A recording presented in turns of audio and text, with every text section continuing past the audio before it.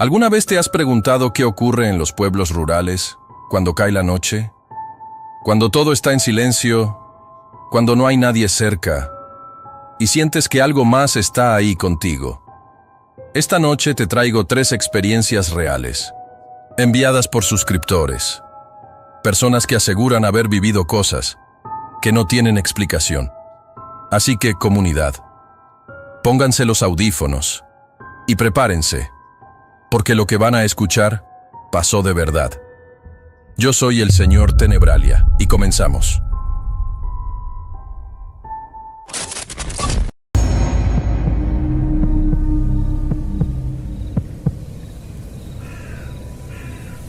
Yo me llamo Arturo, vivo en Guadalajara ahorita, pero toda mi familia es de un pueblo que está para el rumbo de Zapotlanejo, no es muy lejos, pero sí es de esos lugares que todavía tienen mucha tradición, mucha cosa de antes. Esto que les voy a contar, la neta, casi no lo hablamos en la familia. Si acaso mi tía Lupe o mi prima Leticia lo sacan a veces cuando estamos tomando y ya es tarde, pero nomás entre nosotros. A la gente de fuera no se le cuenta porque luego te tiran de loco o piensan que uno andaba tomado. Pero pues yo no tomaba en ese entonces, tenía como 20 años, estaba bien morro y me acuerdo de todo clarito. Mi abuela Carmelita vivía en una casa de esas viejas, grandotas, de las que tienen un zaguán alto de madera que rechina un buen cuando lo abres, y luego entras a un patio central. El patio tenía piso de mosaico rojo, de esos que siempre están fríos aunque haga un calorón afuera, y alrededor del patio estaban los cuartos. La cocina estaba hasta el fondo. Era una casa muy grande para ella sola, porque mi abuelo ya había fallecido hace mucho, pero ella nunca se quiso salir de ahí. Decía que ahí tenía sus plantas, sus cosas, y pues mis tíos iban a verla casi diario. Cuando ella falleció, fue de repente. Un infarto, nos dijeron. Estaba en su cuarto, en su cama. Mi tía Lupe la encontró en la mañana cuando le llevó el pan. Obviamente fue un golpe bien duro para todos. Se hizo el relajo que siempre se hace en estos casos.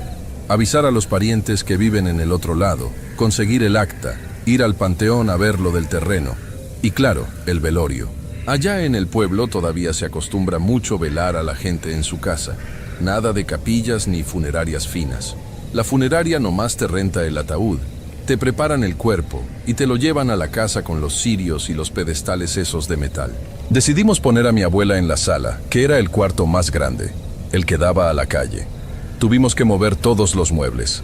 El sillón viejo donde ella veía sus novelas, la vitrina con sus copitas que nunca usaba. Todo lo arrumbamos en los otros cuartos para hacer espacio. Mi tío Beto fue a rentar sillas. Me acuerdo que trajo un montón de sillas de plástico, de esas de la Corona, y las acomodamos en filas. El velorio empezó en la tarde. Al principio todo era normal, dentro de lo que cabe. Llegaba la gente, daban el pésame, se sentaban un rato. Las señoras rezaban el rosario. Mi mamá y mis tías estaban en la cocina preparando café de olla y repartiendo pan dulce. Olía a ese café, a flores y a la cera de los cirios. Había mucha luz, mucho ruido, mucha gente platicando en voz baja. Yo andaba de un lado para otro, acomodando sillas, trayendo más azúcar, saliendo a la tienda por cigarros para mis tíos que estaban fumando afuera en la banqueta. Así se nos fue la tarde y empezó la noche. Ya para eso de las 2, 3 de la mañana, la mayoría de la gente ya se había ido. Los vecinos, los conocidos, todos esos ya se habían retirado a dormir. En la casa nomás quedábamos la familia más cercana. Estaba mi mamá, mi tía Lupe, mi tío Beto, mi prima Leti y yo.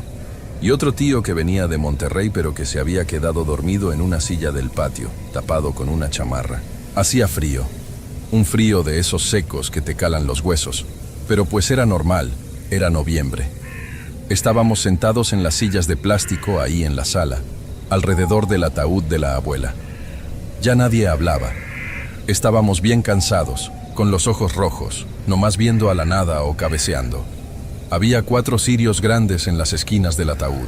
Y de repente, no sé cómo explicarlo bien. El ambiente se puso pesado.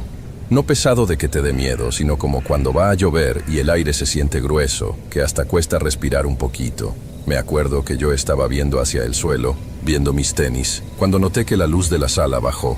Levanté la vista y vi que los 2 cirios que estaban del lado derecho del ataúd Los que daban hacia el pasillo de los cuartos se habían apagado. No parpadearon, no echaron humo negro como cuando les soplas. Nomás se apagaron al mismo tiempo. Plop. Mi mamá se persignó rápido y mi tía Lupe soltó un suspiro. «Es normal», dijo mi tía, tallándose los ojos. «A veces la cera viene mala o hay corrientes de aire». Yo me paré a prenderlos otra vez con un encendedor. Fui, los prendí y me volví a sentar. No había ninguna corriente de aire. Las puertas y ventanas estaban cerradas a piedra y lodo. Nos quedamos en silencio otro rato. Yo creo que pasaron como unos 20 minutos. Yo ya estaba cerrando los ojos, casi quedándome dormido en la silla, cuando escuchamos el ruido. Venía desde adentro de la casa, desde el cuarto de la abuela, que estaba hasta el fondo del pasillo. Era un sonido, ¿cómo te digo? Como si alguien estuviera empujando un mueble de madera maciza sobre el piso de mosaico. Un arrastre pesado. Largo. Lento. Todos levantamos la cabeza al mismo tiempo. Mi mamá me volteó a ver con los ojos bien abiertos. Mi tío Beto, que estaba medio dormido, se enderezó de golpe y se quedó escuchando. «¿Quién está allá atrás?», preguntó mi tío bajito. Nadie le contestó. Todos los que estábamos en la casa estábamos ahí en la sala, menos el tío que seguía roncando en el patio. El cuarto de la abuela estaba vacío. Desde que sacaron su cuerpo en la mañana, nadie había entrado ahí. De hecho, mi tía Lupe había cerrado la puerta. Otra vez, más cortito esta vez. «Alguien se metió», dijo mi prima Leti, y se agarró del brazo de mi mamá. «No chingues, ¿cómo se van a meter si todo está cerrado?», le contestó mi tío Beto, pero se paró de la silla. Agarró un palo de escoba que estaba recargado cerca de la puerta de la cocina y caminó hacia el pasillo. Yo me paré atrás de él. La neta no quería ir. Me estaba dando un vuelco el estómago, pero tampoco lo iba a dejar ir solo. Caminamos por el pasillo. La luz del patio estaba prendida, una luz amarillenta medio triste. Llegamos a la puerta del cuarto de la abuela. Estaba cerrada, tal como la había dejado mi tía. Mi tío Beto pegó la oreja a la madera. Yo me quedé un paso atrás, aguantando la respiración. No se escuchaba nada. Ni grillos, ni el viento, nada. Un silencio de esos que te zumban en los oídos. Mi tío agarró la perilla, la giró despacio y empujó la puerta. Buscó el apagador con la mano y prendió la luz. El cuarto estaba vacío. Estaba su ropero viejo, su cómoda con sus santitos y sus veladoras apagadas, y su cama. Pero la cama no estaba en su lugar. Era una cama matrimonial, de esas de base de metal y cabecera de madera gruesa, bien pesada. Estaba movida como 1 metro hacia el centro del cuarto. Se veían las marcas en el piso donde las patas habían tallado el polvo. Y las cobijas, que mi tía había dejado tendidas y bien estiraditas en la mañana, estaban deshechas. Como si alguien se acabara de levantar de ahí. Mi tío y yo nos quedamos congelados en la puerta. Ninguno de los dos entró. Nos quedamos viendo la cama, luego el ropero, luego la ventana que tenía la protección de herrería intacta y cerrada por dentro. No había nadie. No había manera de que alguien hubiera entrado y salido sin que lo viéramos por el pasillo. Mi tío tragó saliva, apagó la luz y cerró la puerta de un jalón. Me agarró del hombro bien fuerte. «Vámonos para allá», me dijo sin mirarme. Regresamos a la sala. Mi mamá y mis tías nos vieron llegar. Mi tío Beto estaba blanco, pálido, y yo creo que yo también. Dejó el palo de escoba en el suelo y se sentó. «No hay nada», dijo. «Seguro fueron los gatos de la vecina en el techo y se escuchó hueco». Nadie le creyó, ni él mismo se lo creía, pero nadie quiso decir nada más, nadie quiso ir a asomarse. Nos quedamos el resto de la noche hechos bolita en las sillas, bien juntos, sin platicar, nomás viendo los cirios, que por cierto, no se volvieron a apagar. Yo no pude pegar el ojo ni un segundo. Cada ruidito de la casa me hacía brincar. Al día siguiente fue el entierro. Fuimos al panteón, enterramos a la abuela, lloramos, lo normal. Después de eso, la familia se fue dispersando. Los que venían de lejos agarraron camino, los vecinos volvieron a sus casas. Mi mamá, mis tíos y yo nos quedamos con el trabajo de limpiar la casa y empezar a recoger las cosas. Aquí es donde la cosa se puso peor. La casa ya no se sentía igual. Y no me refiero a la tristeza o al vacío de que ya no estaba la abuela. Era otra cosa. Se sentía ocupada. como si hubiera alguien más ahí viviendo con nosotros. Caminabas por el pasillo y sentías esa miradita en la nuca. Esa sensación de que te están viendo desde uno de los cuartos oscuros. Empezaron a pasar cositas. Estábamos en la cocina lavando los trastes del velorio. Dejabas una cuchara en la mesa, te volteabas al fregadero, y cuando buscabas la cuchara ya no estaba ahí, estaba en la otra punta de la mesa. O las puertas.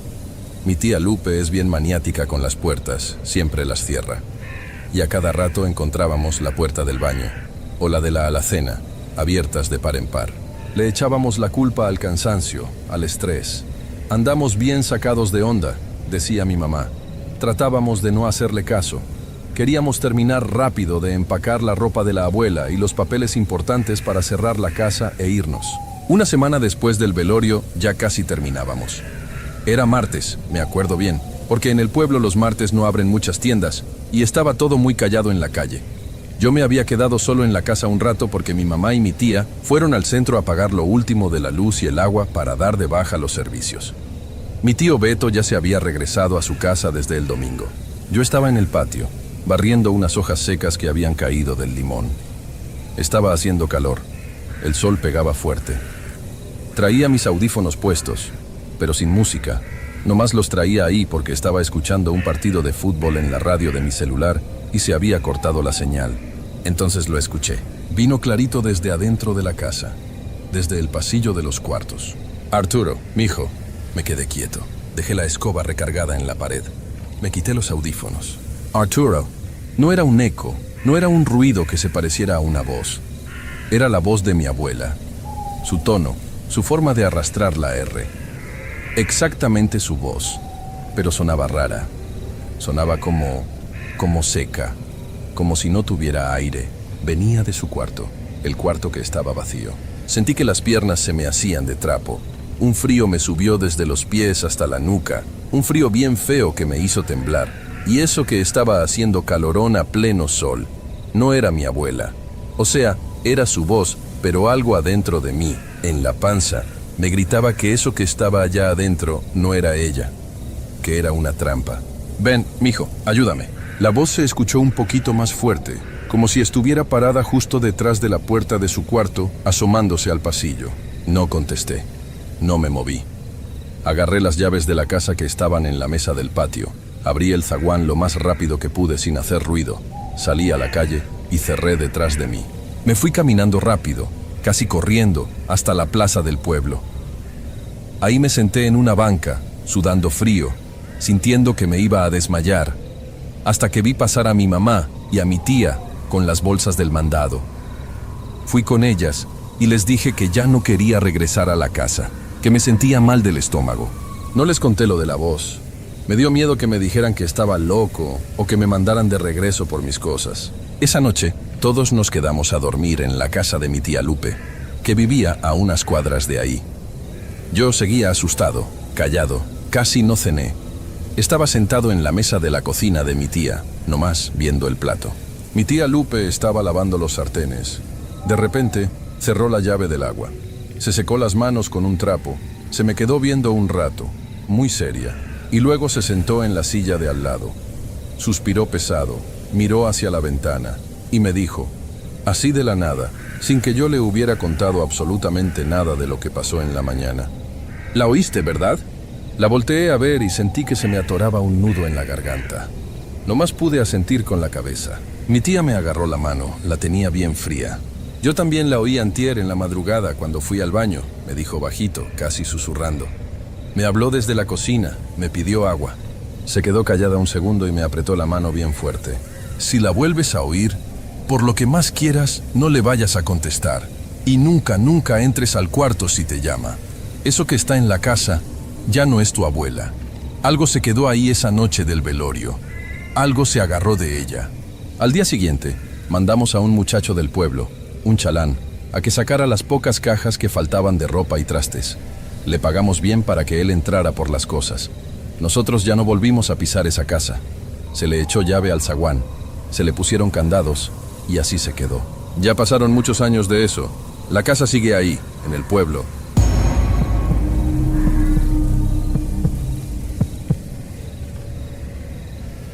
Mi nombre es Felipe y pues la verdad llevo rato pensando si mandar esto o no. Un amigo del trabajo, el Beto, me dijo que escuchara los relatos que suben aquí porque una vez platicando en el turno de noche, le solté una parte de esto y me dijo que encajaba perfecto con lo que cuenta la gente en el canal. Yo nunca había dicho esto fuera de mi familia, y la verdad es que en mi familia ni siquiera se habla del tema. Es como una regla no escrita, de esas que nadie pone, pero que todos respetan porque saben que si le rascas, sale algo que nadie quiere ver. Yo me crié en un rancho en el norte. No era una hacienda ni nada de esas cosas que salen en las novelas. Era un pedazo de tierra seco, puro polvo y mezquites, allá rumbo a Ojinaga, en Chihuahua. Teníamos una casa de bloque sin enjarrar, con techo de lámina que en tiempo de calor parecía un horno, y en invierno sentías que se te congelaban los huesos. Éramos mi papá, mi mamá y yo. Mi papá era un hombre muy recio, de esos de antes, que no hablaban mucho y que pensaban que cualquier problema se arreglaba trabajando más duro. Él traía un sombrerito ya todo gastado por el sol, las manos rasposas, siempre oliendo a tierra y a tabaco barato. Nosotros no teníamos mucho dinero, así que la comida y lo poco que sacábamos para vender venía de un corral que mi papá armó en la parte de atrás del terreno. Ahí criábamos gallinas y unas cuantas cabras. Chivas, pues. El corral estaba hecho de pedazos de madera que mi papá iba juntando, palos de mezquite enterrados a la mala y malla ciclónica oxidada que amarraba con alambre de paca. No era el lugar más seguro del mundo, pero aguantaba. Las chivas eran un dolor de cabeza, siempre intentando brincarse o comerse lo que no debían, y las gallinas, pues, eran gallinas. Hacían ruido todo el día, escarbaban la tierra, apestaban cuando llovía. Era una vida aburrida, si les soy sincero. Yo tenía como 15 años, y mi única preocupación era ayudar a darle de comer a los animales antes de irme caminando a la telesecundaria y regresar para limpiar la caca de los corrales. Todo era muy igual, todos los días. Todo esto que les voy a contar empezó con animales muertos. No fue así de golpe, de que un día salimos y todo era un matadero. No, fue una cosa bien sutil al principio. Me acuerdo que fue un martes, porque los martes pasaba un camión vendiendo pan dulce por la carretera de terracería, y yo siempre salía a comprar. Esa mañana me levanté temprano, el sol apenas iba saliendo, y fui a echarle maíz a las gallinas. Cuando abrí la puerta de la malla, vi a una de las coloradas tirada en la esquina. Al principio pensé que era un coyote. Por allá es bien común. Los pinches coyotes bajan cuando hace hambre y se llevan lo que pueden. O a veces son perros asilvestrados, perros de otros ranchos que los dueños no cuidan y se hacen jauría. Fui a levantar a la gallina para tirarla lejos antes de que mi papá la viera y se encabronara, pero cuando la agarré, me saqué de onda. No había señales normales. Si un coyote se mete a un gallinero, se hace un desmadre. Hay plumas por todos lados, sangre en la tierra, la malla rasgada y las demás gallinas andan todas alteradas, cacareando como locas. Pero aquí no. El corral estaba en paz. Las otras gallinas andaban picoteando como si nada. Y la gallina muerta no estaba despedazada, no le faltaba un ala, no tenía mordidas en el pescuezo. Solo estaba tirada, como si de repente se hubiera quedado sin fuerza y se hubiera caído muerta ahí mismo. La agarré de las patas y estaba aguada, como un trapo. No pesaba, o al menos así lo sentí yo. Se la enseñé a mi papá, y él nomás gruñó. Dijo que seguro se había enfermado de algo, que la tirara lejos para que no contagiara a las demás. Fui y la aventé a un barranco que estaba como a medio kilómetro, y ya, seguimos con nuestra vida. Pero a los 3 días, otra gallina apareció igual, y luego, el fin de semana, 2 más. Mi papá ya se estaba molestando, no por miedo, sino por el dinero. Cada gallina era dinero perdido. Él juraba que era un animal, una comadreja, o un tejón, o un perro mañoso que se metía por algún hoyo que no habíamos visto. El domingo se la pasó toda la tarde dándole vueltas al corral. Yo lo veía desde la ventana de la cocina. Caminaba despacito, revisando cada metro de la malla, pateando la base para ver si estaba floja, buscando escarbaderos en la tierra. No encontró nada. El corral estaba cerrado a piedra y lodo. Aún así, reforzó todo con más alambre y puso unas tablas pesadas en la base. «A ver si muy cabrón el perro», me dijo cuando entró a lavarse las manos, lleno de polvo y sudor. Esa semana no pasó nada. Pensamos que con el arreglo había quedado solucionado el problema. Hasta que le tocó a una de las chivas. Fue un viernes en la madrugada. Las chivas dormían en una parte separada, bajo un cuartito de madera que les hicimos para que no se mojaran cuando llovía. Yo me acuerdo que esa noche no hizo viento. Estaba todo bien callado. Cuando mi papá salió a ordeñar antes de que saliera el sol, escuché que pegó un grito, pero un grito de coraje. Salí corriendo en calzones y con los tenis sin amarrar. Ahí estaba la chiva más vieja que teníamos, tirada de lado. Igual que las gallinas. Mi papá la estaba revisando, le abría el hocico, le buscaba marcas en el lomo. Nada. Ni una pinche gota de sangre. No estaba mordida, no estaba rasguñada, pero estaba tiesa, con los ojos bien abiertos, como nublados. Yo sentí un escalofrío en la espalda, de esos que te dan cuando sabes que algo no cuadra, pero tu cerebro no quiere entender qué es. Las chivas hacen mucho ruido, son bien escandalosas. Si un perro o un coyote se hubiera metido, la chiva hubiera gritado, hubiera pataleado, hubiera hecho un ruido que nos despierta a todos. Pero nadie escuchó nada. Ese día mi papá no habló en todo el desayuno. Se tomaba su café a tragos chiquitos, mirando a la nada. Mi mamá le preguntó que si iba a llamar al veterinario del ejido vecino, pero él le dijo que no iba a gastar lo que no tenía en alguien que nomás le iba a decir que era un bicho o una infección. Esa noche, mi padre empezó a quedarse despierto. No nos dijo que lo iba a hacer. Yo me di cuenta porque me levanté al baño en la madrugada y lo vi sentado en la cocina, a oscuras. La cocina daba directo al patio trasero y tenía una ventanita de cristal con una cortina de esas de tela barata, de florecitas. Estaba sentado en su silla de madera, con un cigarro apagado en la boca y su rifle calibre .22 recargado en la pierna. Le pregunté qué hacía y me dijo con voz bien ronca: «Vete a acostar, Felipe». No me lo dijo enojado, me lo dijo como cuando te advierten que no te acerques a la lumbre. Esto duró como 4 noches. En la casa se sentía una tensión bien pesada. Mi mamá andaba nerviosa, se la pasaba rezando en las tardes porque decía que sentía el ambiente enrarecido. Y sí se sentía. Afuera hacía mucho calor, pero adentro de la casa sentías como si el aire estuviera denso, como cuando va a llover y caen rayos, pero sin lluvia. Los animales también andaban raros. Las gallinas no querían salir de su gallinero, se quedaban amontonadas en una esquina, y las chivas andaban ariscas, pateando el suelo y resoplando.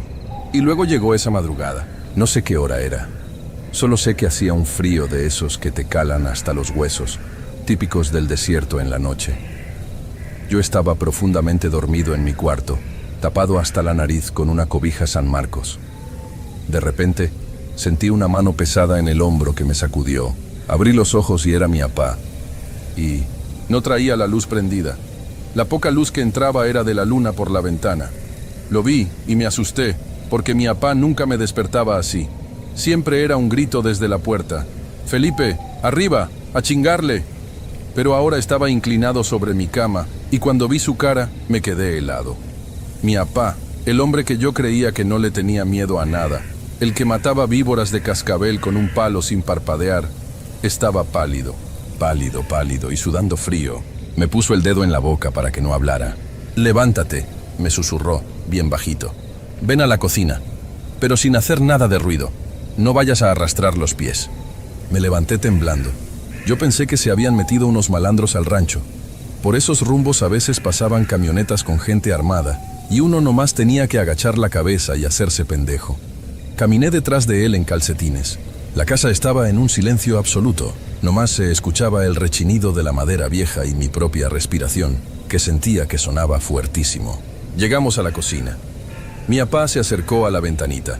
Tenía la cortina corrida nomás un pedacito, lo suficiente para asomar un ojo. Me hizo señas con la mano para que me acercara. «Asómate», me susurró en el oído. «Dime qué chingados es eso». Me acerqué a la rendija. La luna estaba casi llena, así que el patio se veía iluminado, como si hubiera un foco de esos blancos, pero más tenue. Vi el corral. Vi las siluetas de las gallinas dormidas en los palos. Y luego, vi hacia el centro del corral. Lo que vi no se me olvida. A veces todavía sueño con esa madre y me despierto con el corazón a 1000 por hora. Había algo dentro del corral. Al principio, mi cerebro de morro intentó darle sentido. Dije: «Ah, es un perro grande, un mastín, un gran danés, Un animal de esos grandotes que alguien soltó. Pero a los 2 segundos me di cuenta de que no. No era un animal normal. Estaba encorvado. Era demasiado grande para ser perro. La altura, estando así agachado, le llegaba casi a la mitad de la malla ciclónica. Fácil 1 metro y feria. Pero se movía en 4 patas. Su piel, o lo que lo cubría, no parecía pelo. Se veía liso, como grisáceo, como si estuviera sucio o cubierto de ceniza. Brillaba un poquito con la luz de la luna, como si estuviera sudado o grasoso. La forma en la que tenía las patas traseras, no sé cómo explicarlo, estaban flexionadas hacia adelante, como si las rodillas las tuviera al revés, como las patas de un perro, pero mucho más largas, desproporcionadas para el cuerpo. No hacía ni un solo ruido al moverse. Era un silencio que te zumbaba en los oídos. Se movía despacito, levantando una pata, luego la otra, acercándose a donde estaban las gallinas. Y aquí fue donde empecé a temblar de verdad. Las gallinas estaban ahí, a menos de 1 metro de esa cosa. No estaban dormidas. Podía ver cómo movían la cabecita, los ojitos brillando, pero no hacían ruido, ni un solo cacareo, ni un aleteo, ni siquiera intentaban escapar. Estaban como clavadas en el palo donde dormían. Era como si estuvieran paralizadas, como si el miedo, o lo que sea que esa cosa desprendía, las hubiera dejado de piedra. Yo no podía respirar. Sentía que el aire se me había atorado en la garganta. Quería voltear a ver a mi papá, pero no podía apartar los ojos de la ventana. Esa cosa se paró frente a una de las gallinas. Levantó lo que parecía ser una mano, pero los dedos eran muy largos, huesudos, y apenas rozó a la gallina. Yo esperaba que se la comiera, que le arrancara la cabeza. No sé, algo que hace un animal. Pero no hizo nada de eso. Solo la tocó. Y la gallina se dejó caer. ¡Pam! Directo al suelo como un costal vacío. En ese momento yo creo que mi papá se movió o hizo algún ruido. Un crujido en el piso de madera de la cocina, mínimo. Pero esa cosa lo escuchó. Esa cosa levantó la cabeza. Volteó despacio hacia nuestra ventana. Y ahí fue cuando entendí que algo estaba muy, muy mal. Que lo que estaba viendo no era de este mundo. O no era algo de la naturaleza normal, porque tenía cara de persona. No era una cara completa, o sea, no era como ver a un señor de la calle con cuerpo de monstruo. Era una mezcla. Tenía los ojos, la nariz y la estructura de un rostro humano, pero jalado, estirado hacia atrás, sin labios, con unos ojos que no brillaban con la luz. Eran como 2 hoyos oscuros, negros, profundos. La piel de la cara se veía reseca, pegada al cráneo. Me miró. Estoy seguro de que miró directo a mis ojos a través de la rendija de la cortina. Sentí un frío que me cruzó desde la cabeza hasta los pies, como si me hubieran echado agua helada. Sentí que me chupaba la voluntad.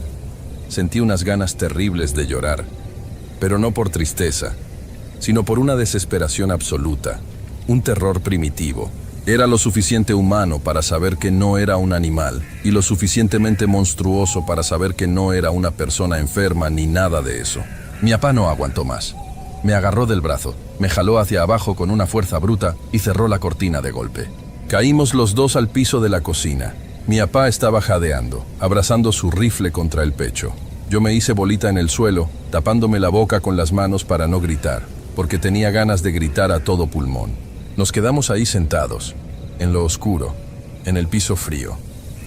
No salimos, no hicimos ruido. Yo esperaba en cualquier momento escuchar a esa cosa rasguñar la puerta o romper el vidrio de la ventana. Me imaginaba esa cara asomándose por el cristal. Cada ruido del viento afuera me hacía dar un brinco. Mi papá no levantó el rifle para apuntar a la puerta en ningún momento. Solo lo tenía abrazado. Creo que él sabía que una bala de .22 no le iba a hacer ni cosquillas a eso, o tal vez sabía que no se le debía disparar a algo así. Estuvimos en el suelo hasta que empezó a amanecer, hasta que vimos que la luz del sol empezaba a entrar por los lados de la cortina y empezamos a escuchar a los pájaros cantar lejos. Mi papá se levantó despacio, le tronaban las rodillas, abrió la puerta de atrás. Yo me quedé adentro, asomándome nomás de lejitos. El corral estaba igual que siempre. Al día siguiente, bueno, esa misma mañana, encontramos la gallina muerta en el suelo, la que yo había visto caer.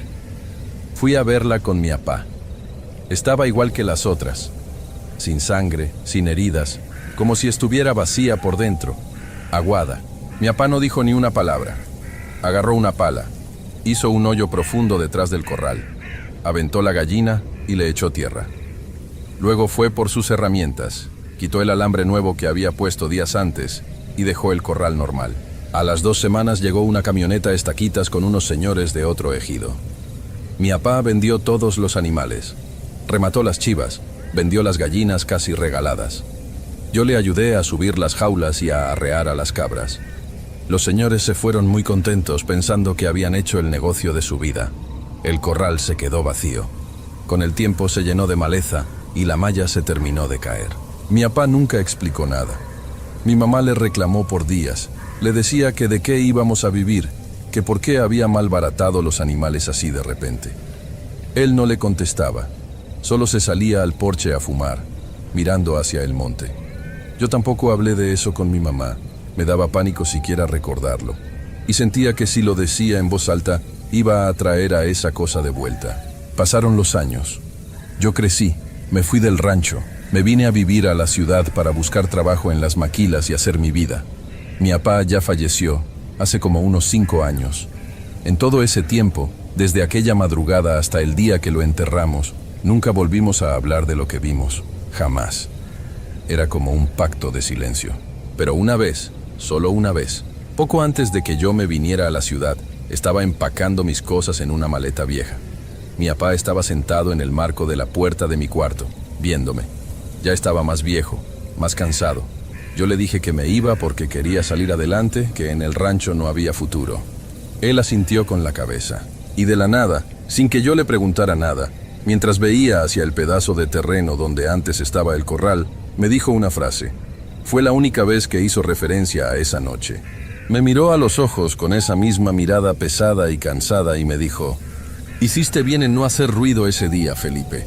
Hay cosas que aprenden a entrar cuando les abres sin querer». Se dio la media vuelta y se fue a la cocina. Yo me quedé ahí, con la ropa en las manos, sintiendo el mismo escalofrío que sentí de niño. Hasta el día de hoy, no sé qué chingados era eso. La gente cuenta leyendas, hablan de nahuales, de brujas, del chupacabras, de demonios del desierto. Yo no le pongo nombre. Solo sé que no era un animal. Y sé que lo que mató a nuestros animales no se los estaba comiendo. Se estaba alimentando de algo más.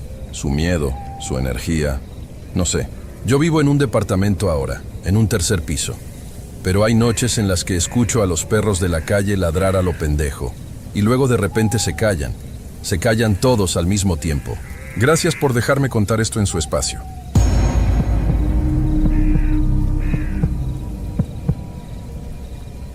Yo estaba viviendo en Guadalajara, allá por Tlaquepaque. Rentaba un cuartito bien chiquito. Trabajaba en una empresa de paquetería, pero me traían en chinga todo el día cargando y descargando, y la verdad pagaban una miseria. Llegó un punto en el que ya no me alcanzaba ni para la renta. Me atrasé 2 meses, y la señora de la casa ya me estaba echando indirectas de que necesitaba el cuarto para un sobrino. Yo andaba bien agüitado, no sabía qué hacer, y le marqué a un tío que vive allá para el norte de Jalisco, pegado a la frontera con Zacatecas, por el lado de Huejuquilla. Mi tío conoce a mucha gente de campo, ganaderos y así. Le pregunté que si no sabía de alguna chamba por allá, de lo que fuera, de peón, de velador, lo que cayera. Me dijo que me regresaba la llamada. Al día siguiente me marcó y me dijo que un señor, un tal don Carmelo, ocupaba a alguien para que se fuera a quedar a un rancho. No era para cuidar ganado pesado ni nada, nomás era para darle mantenimiento a los lienzos, arreglar cercas de alambre de púas, limpiar la maleza, tapar unos hoyos y hacer acto de presencia, pues, para que no se metieran los paracaidistas o la maña. Me dijo que me pagaban bien, libre de polvo y paja, y que ahí había una casa donde me podía quedar. Dije que sí sin pensarlo.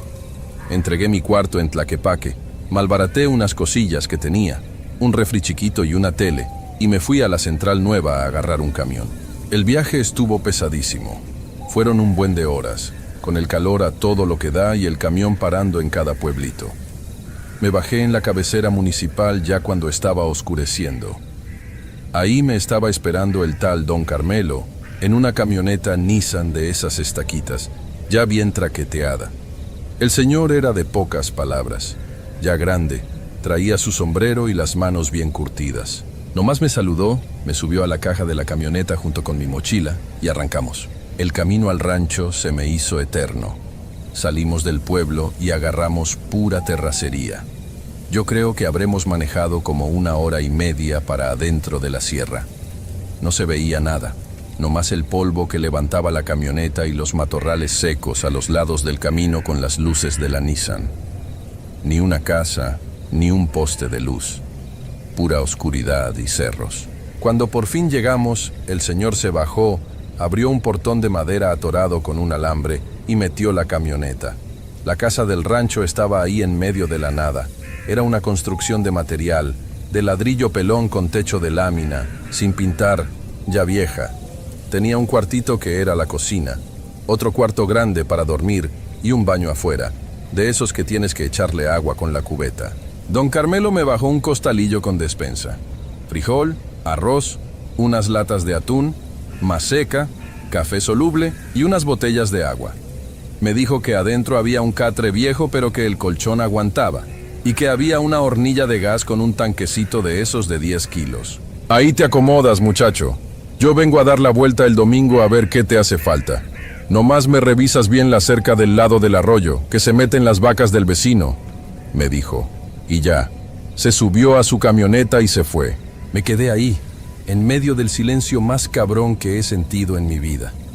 Cuando vives en la ciudad, te acostumbras al ruido, a los carros, a los vecinos, a los perros, a las sirenas. Pero ahí, nada.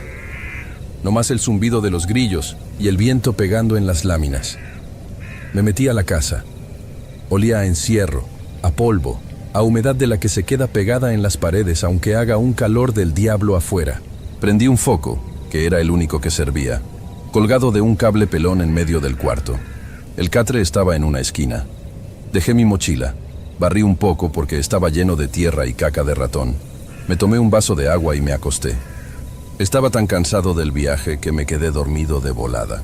Los primeros días fueron normales, aburridos, a más no poder. Me levantaba apenas salía el sol porque el calorón al mediodía no te dejaba hacer nada. Me preparaba un Nescafé en una olla de peltre, me comía un pan y me salía a caminar los linderos del rancho. Llevaba unas pinzas, grapas, un martillo y alambre. Me la pasaba estirando alambre de púas, cortando mezquites que se enredaban en la cerca, sudando la gota gorda. A las 2 de la tarde me metía a la casa, me hacía unos frijoles, comía y me tiraba en el catre a escuchar música en mi celular, porque no había ni un palito de señal para internet ni para llamadas. Pero desde el primer día que entré a esa casa, sentí una incomodidad rara. No sé cómo explicarlo sin sonar exagerado, porque no es que viera cosas o que se movieran los platos, nada de eso.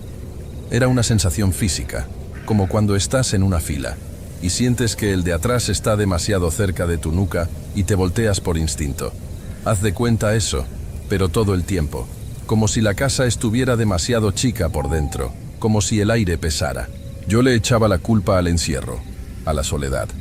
Decía, es que no estás acostumbrado a estar tan solo, güey. A veces me ponía a hablar en voz alta nomás para escuchar algo, pero me callaba rápido porque mi voz sonaba sorda, como si las paredes de ladrillo se tragaran el sonido. Al tercer día pasó algo con un perro. Un perro callejero, de esos flacos, color amarillo, se acercó al rancho. Yo lo vi desde la puerta y le chiflé para que viniera, pensando que me haría compañía. Entré rápido por un pedazo de tortilla y se la tiré a unos metros. El perro se acercó oliendo, despacito. Pero cuando llegó a unos 5 metros de la casa, se frenó en seco.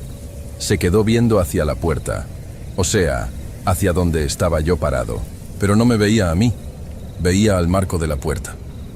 Se le erizó el pelo del lomo, bajó las orejas, metió la cola entre las patas y empezó a gruñir muy quedito. Luego dio media vuelta y se fue corriendo. Se me hizo bien raro, pero pensé que a lo mejor antes los dueños le pegaban o algo y le tenía miedo a la gente. No le tomé tanta importancia. Las noches eran lo pesado. Como no había tele ni señal, a las 8 que ya estaba oscuro, no había nada que hacer. Me acostaba en el catre y apagaba el foco para no gastar la batería que se cargaba con un panelito solar chiquito que había en el techo. En la noche, la casa empezaba a tronar. La madera, la lámina, la tierra. Todo hacía ruido. Las primeras noches yo brincaba con cada tronido, pensando que alguien se estaba metiendo. Pero luego te acostumbras. Sabes que es la casa que se enfría y los materiales crujen. Fue como a la semana de estar ahí cuando empezó la chingadera esa. Era jueves. Me acuerdo porque ese día me había cortado la mano con un alambre y traía el dedo gordo envuelto en un trapo con alcohol. Me acosté temprano, como a las 9. Hacía un calor sofocante, de ese que te hace sudar nomás de estar acostado. Estaba boca arriba, viendo al techo oscuro, tratando de dormir. Todo estaba en completo silencio. Ni los grillos se escuchaban. Era un silencio tan absoluto que hasta los oídos te zumban, no sé si me entiendan. Y en ese silencio empecé a escuchar un sonido, muy bajito, apenas perceptible. Era un roce rasposo, rítmico. Inhala, exhala. Pensé que era yo. Cuando hay mucho silencio, a veces escuchas tu propia respiración resonando en tu cabeza. Así que aguanté la respiración unos segundos. Pero el sonido siguió. Inhala, exhala. No venía de afuera. No era el viento. No era un animal en el monte. Venía de adentro de la casa, de la otra habitación, la de la cocina. Me quedé tieso. Sentí cómo se me heló el estómago. Era una respiración, pero no sonaba normal. Sonaba pesada, como si quien estuviera respirando tuviera flemas o asma. Un sonido húmedo y ronco en el fondo de la garganta. Y lenta, muy lenta. Una persona normal respira más rápido. Esto era largo. Estiré la mano y agarré el machete que dejaba siempre al lado del catre en el piso. Pensé, se metió un cabrón. Alguien, algún teporocho del pueblo o un vagabundo, se había metido a la cocina. Me senté en el catre, despacito para que los resortes no rechinaran. Agarré el machete, me paré descalzo y caminé hacia la puerta que conectaba el cuarto con la cocina. Me asomé de golpe y prendí la linterna de mi celular. No había nadie. La luz alumbró la estufita de gas, el garrafón de agua, la mesa de plástico, las sillas. Todo vacío. Y en el instante en que prendí la luz, la respiración se detuvo. Como si alguien hubiera contenido el aliento al verse descubierto. Revisé debajo de la mesa, detrás de la puerta. Nada. Salí de la casa. Le di la vuelta con la linterna. Nada. El polvo del patio estaba intacto. No había huellas de botas ni de zapatos cerca de la puerta. Me convencí a mí mismo de que había sido un animal. A lo mejor un tejón, un tlacuache o una lechuza que se metió por el techo de lámina y al escucharme se escondió o se salió por algún hueco. Los animales grandes hacen ruidos raros. Yo trataba de usar la lógica, porque si no me iba a volver loco ahí solo. Regresé a la cama y dormí a medias, despertándome a cada rato. El viernes y el sábado no escuché nada. Hasta me reía de mí mismo, pensando que andaba de paranoico por no tener con quién platicar. El domingo llegó don Carmelo, me trajo más comida, me pagó mi semana en efectivo y me preguntó cómo iba el cerco. Le dije que bien, que ya casi terminaba el lado del arroyo. No le comenté nada de los ruidos, que le iba a decir, oiga patrón, es que la casa respira. Me iba a mandar a la chingada y me iba a correr por loco. La noche del lunes, ahí fue cuando todo se fue al carajo. Esa noche había luna llena. Entraba un poco de luz blanca por la ventanita del cuarto. No hacía tanto calor, de hecho había bajado la temperatura. Se sentía hasta frito. Me quedé dormido profundo por ahí de las 10. Me desperté de golpe. Ya ven que a veces uno se despierta así de la nada, con los ojos pelones, sin razón, pero sintiendo que algo te despertó, como una alerta del cuerpo. No me moví, solo abrí los ojos. Miré hacia el techo, iluminado apenitas por la luz de la luna que entraba por la ventana. ¿Y lo escuché? La respiración. Pero esta vez no estaba en la cocina, estaba en mi cuarto. Y no estaba en una esquina. Estaba al lado de mi cama. ¡Ah! ¡Ah! El sonido era horrible. No era humano, pero tampoco sonaba como un animal. Era húmedo, gorgoteante, profundo. Y olía. Un olor que no había sentido antes. Olía a tierra mojada, pero no la tierra de lluvia que huele rico, sino a tierra escarbada, a tierra de adentro, como a sótano viejo combinado con algo agrio, como a saliva seca. Yo estaba paralizado. Literalmente no podía mover ni un dedo. El corazón me latía tan fuerte que sentía que me iba a reventar el pecho, zumbándome en las sienes. Quería gritar, quería agarrar el machete, pero el cuerpo no me respondía. El miedo te congela, te lo juro. Es un instinto primitivo de hacerte el muerto para que el depredador no te vea. Yo estaba de lado, mirando hacia la pared. La respiración venía de mi espalda, del lado que daba hacia el centro del cuarto. ¡Ah! ¡Ah! Sentí como el aire, un aire frío y apestoso, me rozaba la nuca a cada exhalación. Estaba parado justo al lado de mí. Entonces pasó lo que me hizo perder la cabeza. Sentí peso en la orilla del catre. El colchón viejo se hundió. Escuché el rechinar de 2 resortes de metal bajo el peso de algo que se estaba sentando o subiendo despacio a la cama, a mi lado. La tela del colchón se tensó y mi cuerpo se inclinó ligeramente hacia atrás, hacia donde estaba esa cosa, por el hundimiento del colchón.